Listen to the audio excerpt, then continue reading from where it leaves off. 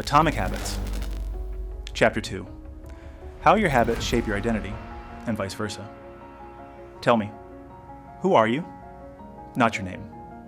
Not your job. Not where you're from. I mean, who do you actually believe you are, deep down? Because whatever your answer is to that question, it is silently running every single habit in your life. And most people have no idea. Imagine someone offers you a cigarette at a party. 2 people refuse. The first person says, "No thanks, I'm trying to quit."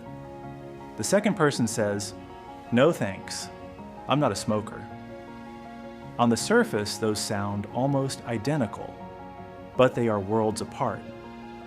The first person still sees themselves as a smoker. They're just someone who is currently fighting that identity, which means every single time they refuse a cigarette, it costs them willpower. It's a battle, because they're acting against who they believe they are. The second person doesn't need willpower. They're not fighting anything, they're just being themselves. The refusal is effortless because it's consistent with their identity. This is the core idea of Chapter 2, and honestly, it might be the most important insight in the entire book. The most powerful thing you can change is not your habits, it's your story about yourself. James Clear describes behavior change happening at 3 levels. Think of them like the layers of an onion. The outermost layer is outcomes, the results you want. Lose weight, write a book, save money. Most people start here.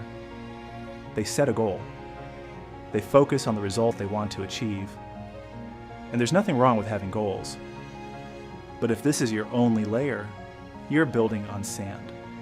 The middle layer is processes, your habits and systems.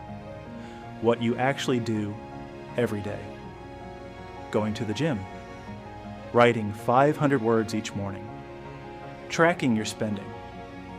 This is where a lot of personal development advice lives, and it's better than just focusing on outcomes. But it's still not the deepest level. The innermost layer, the core, is identity. Your beliefs about yourself, who you think you are, what you see as normal, what you see as possible. Most people try to change from the outside in. They focus on outcomes first. They try to force their way to new results without ever changing what they believe about themselves.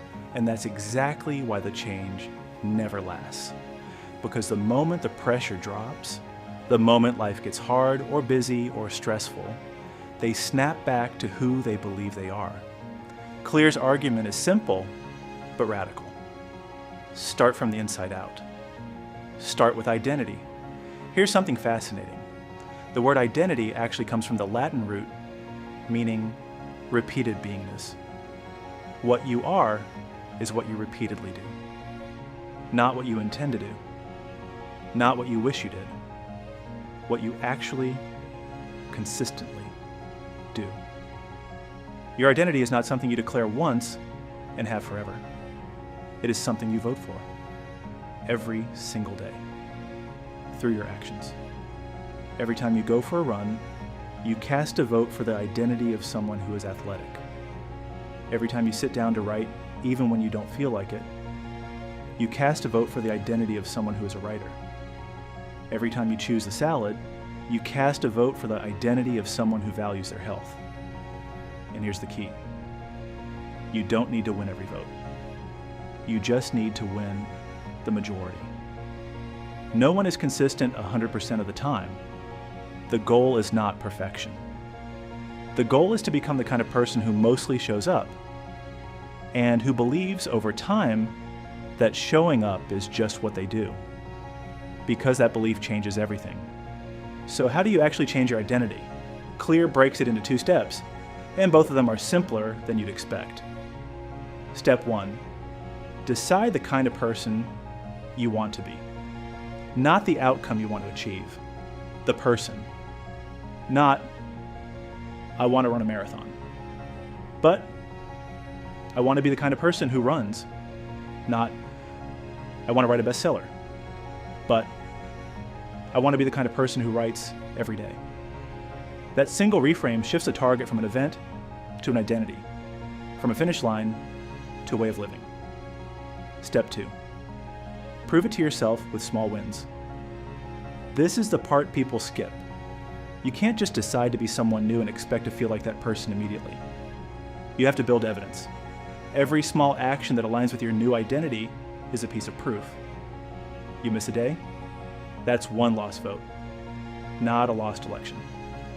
You show up the next day? That's 2 votes back.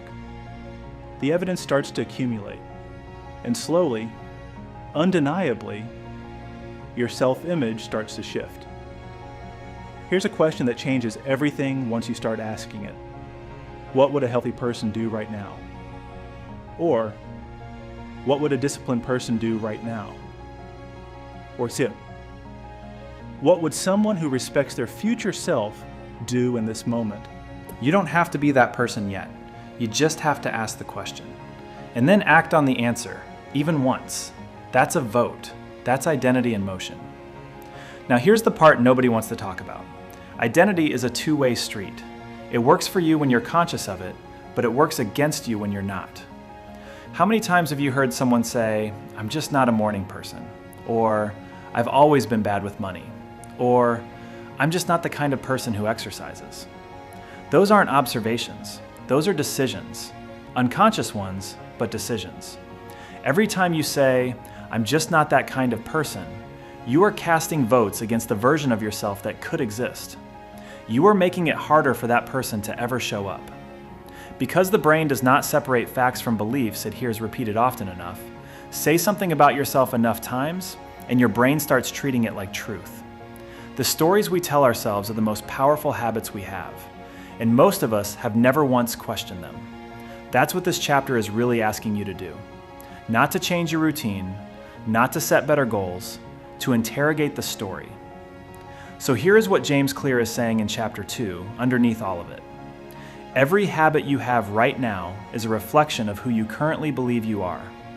And every habit you build from today forward is a chance to become someone new. Not through willpower, not through motivation, but through evidence. Small, consistent, repeated proof that you are, in fact, the person you've decided to be. The goal is not to achieve a result. The goal is to become someone.